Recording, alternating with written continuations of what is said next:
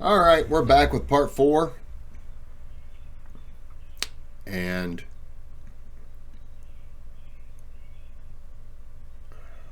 what was I going to say? Oh, I think he's talking about the fitna. And I hated that. But this was a donator request from Yasin Mohamed.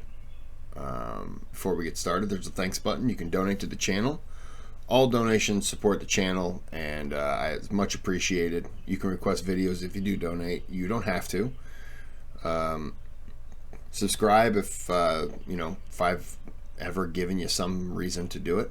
And if you don't want to do any of that, just give me a thumbs up. That tells YouTube you appreciate it. And on with the video. The crisis is that as Ali radiallahu ta'ala anhu is trying to establish himself in this chaos, that Ali radiallahu ta'ala anhu wants to organize so that he could properly pursue the killers of Uthman. He makes that promise to pursue the killers of Uthman radiallahu anhu.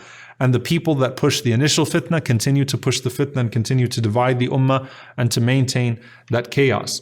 So as Zubayr is in Mecca, and it was himself and Aisha radiallahu ta'ala anha and Talha ibn Ubaidillah radiallahu anhu, who of course were struck with the emotion and demanding the blood of the killers of Uthman, demanding to go after the killers of Uthman. They come forth and they meet Ali ibn Abi Talib radiallahu ta'ala anhu before the Battle of Al-Jamal. And this is a very tragic conversation and way that he's going to die. But in brief, right, we know that Aisha radiallahu anha and Ali radiallahu ta'ala anhu would talk, they would come to terms, they would go back to their camps, and the idea was that there was going to be no battle, that they came to an agreement that Ali was going to pursue the killers of Uthman, right?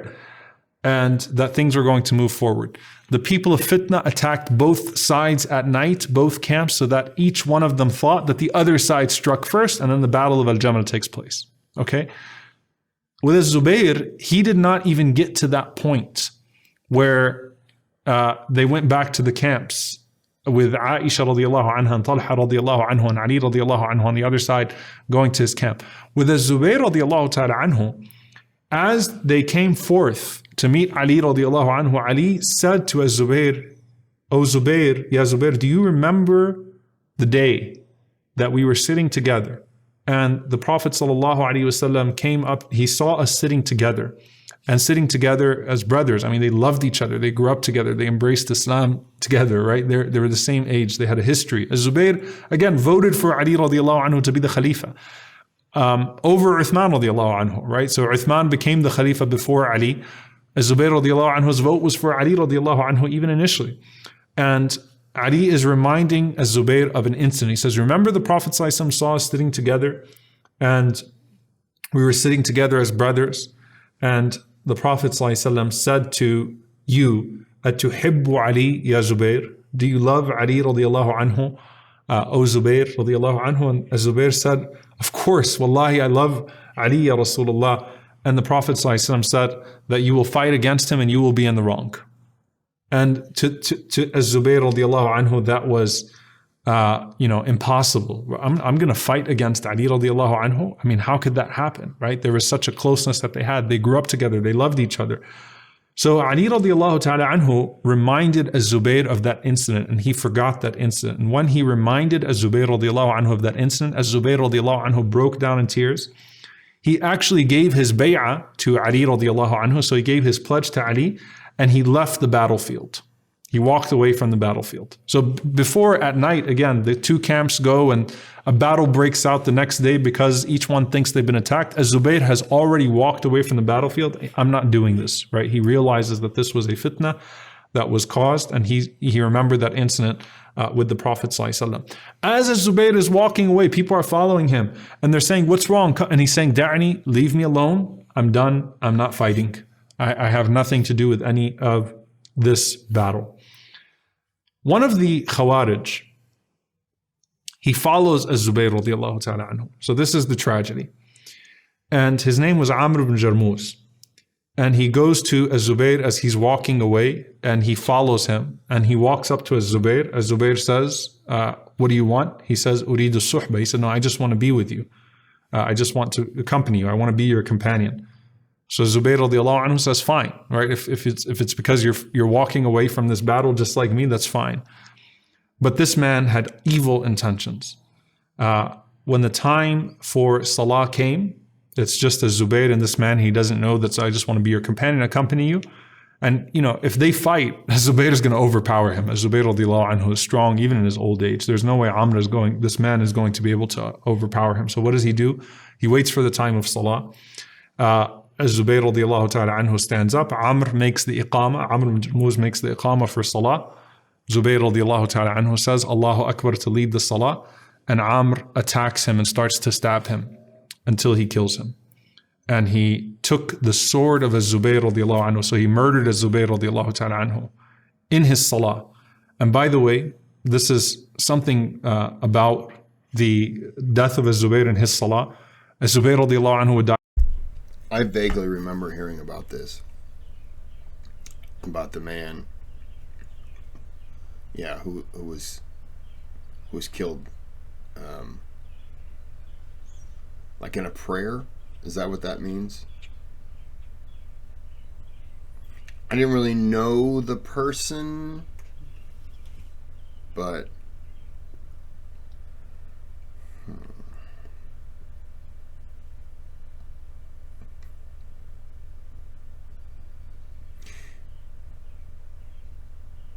and the thing is, you can, what if he did fight? He could have been killed in a battle. You got to say it was probably his time, and it didn't matter how, he approached, and there was 3 doors, and all 3 of those doors, every single option was death, death, death. Only thing he got to choose was which door he entered into. The same thing. It was the same outcome, just different way of getting there, in terms of maybe he's killed in a battle by, it's a quick death, sword through the heart. This one he's stabbed to death. Maybe the next one, I don't know. But it's too bad. It's too bad too, because he was told this is what's going to happen. And he walked away because he remembered it. But unfortunately, he changed, the future in a way.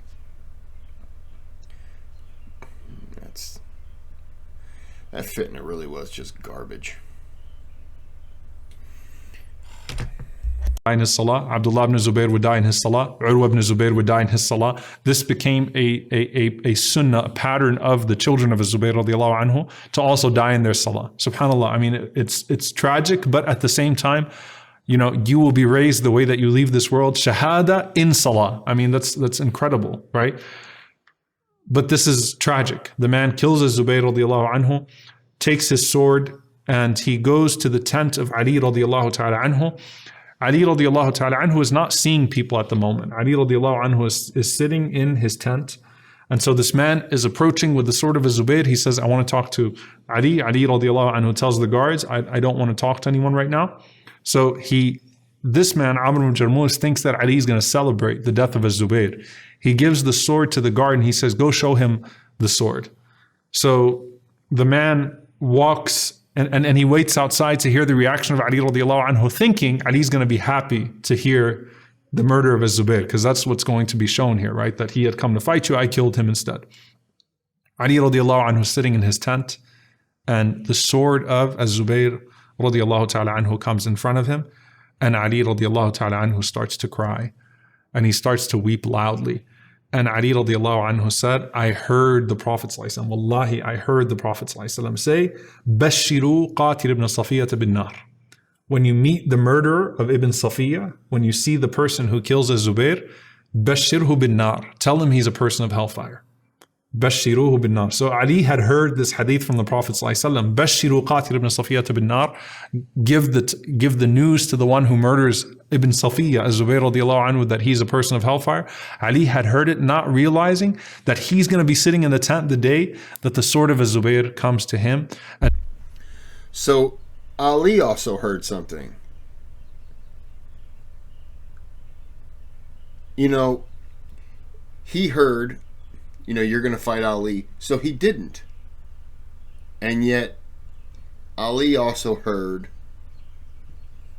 tell the person who kills him, he's going to hell. He's going to hellfire. Man. There's a part of me that wouldn't want to know that.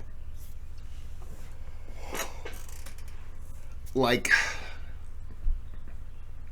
if I was told, hey, look, the murderer of so-and-so, I want you to tell them they're going to hell, I'd be like, I don't want to know. I don't want to know because I don't want to know that person was murdered. I don't want to know because I would want to kill that person.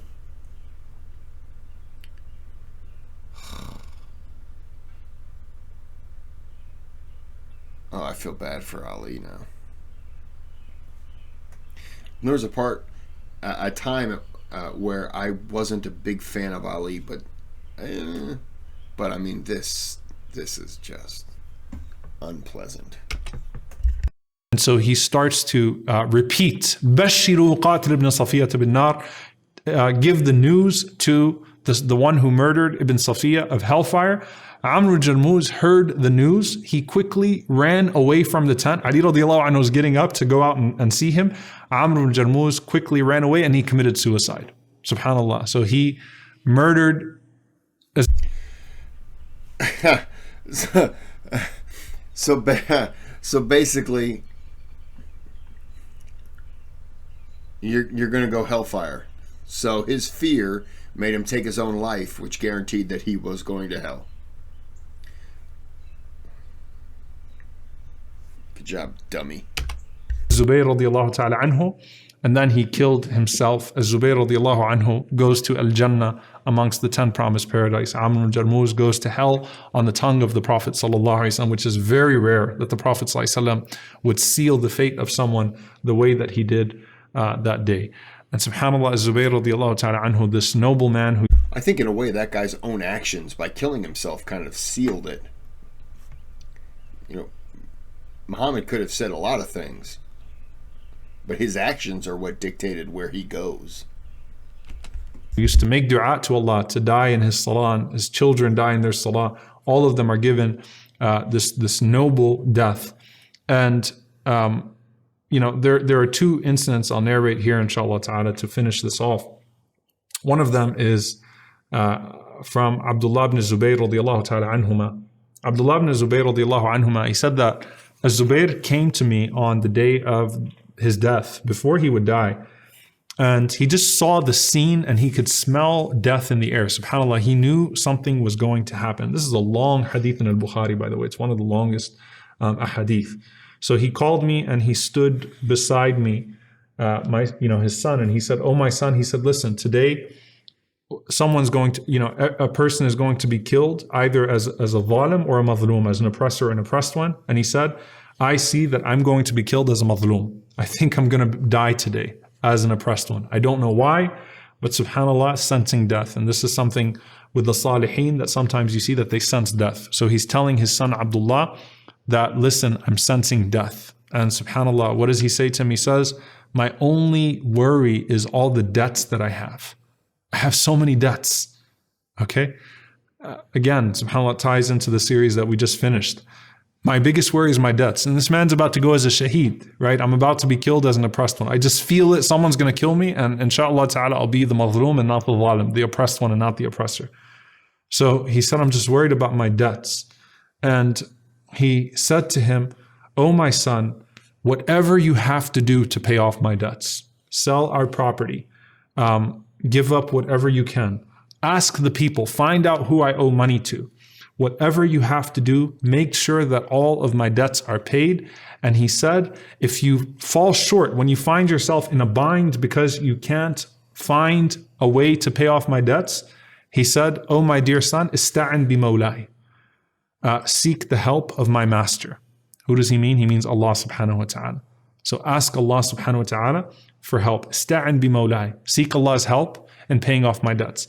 Why did Zubayr radiallahu ta'ala anhu have so many debts? Was it because he used to live a life of ease? No. It was his poverty and the fact that Zubayr radiallahu anhu, any time wealth would come to the home of Zubayr, he'd loan it away or he'd donate it away. So he was famous for not keeping any wealth in his house. No wealth would stay in his house at night. And in the process of that, he accumulated a great debt. He had a great amount of debt. SubhanAllah, this noble man in history who has this position with Allah and His Messenger sallallahu alaihi wasallam. So he told his son Abdullah, "Ista'in bi mawlai, seek the help of my Lord." And Abdullah ibn Zubayr radiallahu ta'ala anhuma says, for 4 years I would stand up in Hajj and I'd call out and I'd say, if anyone has a debt from my father, let me know. He kept on looking for all of the people. And he said, anytime I would feel anxiety, I would call out to Allah subhanahu wa ta'ala and I would say, Ya Mawla Zubayr, O master of Az-Zubayr, pay his debts on his behalf. So I'd call out to Allah subhanahu wa ta'ala, help me to pay off his debts. And he said, and this is a long hadith, he starts to go through the period, and basically what ends up happening, subhanAllah, from the miracles of Az-Zubayr radiallahu ta'ala anhu, there were so many more people that owed him money than money that he owed to, that by the time, and again, it's about a 2-page hadith, by the time each one of these people gave back the loans that were owed to Az-Zubayr to his family, Az-Zubayr radiallahu ta'ala anhu's property was valued at over 50 million dinars. Okay, so he ends up being a millionaire that never tasted the sweetness of his millions in this life because of the way that he used to deal with his wealth. So Abdullah ibn Zubayr tells this extraordinary story, subhanAllah, in Bukhari, in a long hadith, about how there ended up being millions of dollars, millions of dinars that were owed to him that he never claimed in his lifetime. Nu'man ibn al-Bashir, radiallahu ta'ala anhu, and I'll end with this, perhaps 2 more just quick hadiths. Nu'man ibn Bashir radiallahu anhu, he says that we were with Ali radiallahu ta'ala anhu in the last days of his khilafah. And we thought Ali radiallahu ta'ala anhu was sleeping. And so we were having a conversation amongst ourselves. And Ali radiallahu ta'ala anhu opened his eyes and said, what are you talking about? And they said, Ya Amir al-Mu'mineen, we were talking about Uthman and Talha and Zubayr. We're talking about the people that died in this whole thing. And Ali radiallahu ta'ala anhu says, Ana min shi'ati Uthman wa Talha wa Zubayr. I am from the supporters and lovers of Uthman and Talha and Zubayr. And he recited, وَنَزَعْنَا مَا فِي قُلُوبِهِم مِّن غِلٍّ إِخْوَانًا عَلَى سُرُرٍ مُتَقَابِلِينَ, that we have taken the grudges, anything from their hearts, and made them brothers, facing one another on thrones. And he said, ذَلِكَ عُثْمَانَ وَطَلْحَ وَالزُّبَيْرُ وَأَنَا. That is us, sitting on that day, facing one another on thrones, bidnillahi ta'ala, in Al-Jannah, that the fitna had caused Sahaba to find themselves on opposite ends of the battlefield. And Ali radiallahu anhu was pained over that way and the nastiness of the way that Az-Zubayr radiallahu ta'ala anhu was killed. I'll end with one thing about Az-Zubayr radiallahu anhu, and that is that we only have about 5 or 6 hadiths from him. And that is one of the most extraordinary things about his story. This man who is that close to the Prophet ﷺ, who lived, into the time of Ali radiallahu ta'ala anhu, and whose children are Abdullah ibn Zubayr and Urwa ibn Zubayr, and his wife is Asma bint Abi Bakr. There are so many routes for a hadith to be narrated from him. And yet he did not used to narrate that I heard the Prophet ﷺ say this or I heard the Prophet ﷺ say that. Only a few of them. So Abdullah ibn Zubayr radiallahu ta'ala anhuma says, I said to my father, I don't hear from you the narrations of Allah's Messenger the way that I hear from this person and that person. And as Zubayr radiallahu ta'ala anhu said, I was always with him. I used to always be with the Prophet ﷺ. He said, but I heard the Prophet ﷺ say, Man kadhaba alayya falyatabawwa maq'adahu min an-nar. Whoever lies on my behalf, then let him occupy his seat in the fire. He said, basically, I was too afraid to narrate a hadith from the Prophet ﷺ out of fear of Allah Azza wa Jalla and fear that I might misrepresent him in narrating from him, alayhi salatu wasalam. So that speaks to the taqwa, the piety of this man, radiallahu ta'ala anhu, min al-ashar mubashirin, from the 10 promised paradise, the disciple of the Prophet ﷺ. May Allah be pleased with him. May Allah subhanahu wa ta'ala join us with him, the neighbor of the Prophet ﷺ, in Jannat al-Firdaus. Allahumma ameen. Jazakumullahu khairan. Wassalamu alaikum wa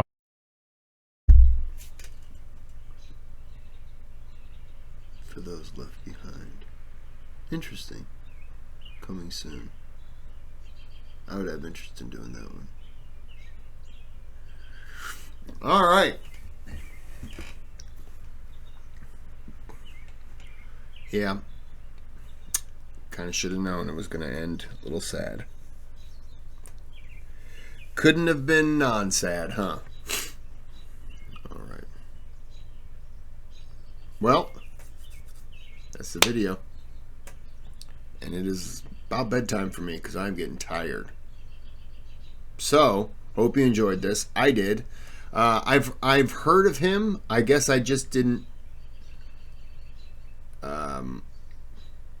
I didn't realize who it was, but I've heard things here and there that he's done, so it makes sense. And I did remember somebody walking away. I did remember him talking with Ali, and then Mohamed would say that to him. So I did remember that.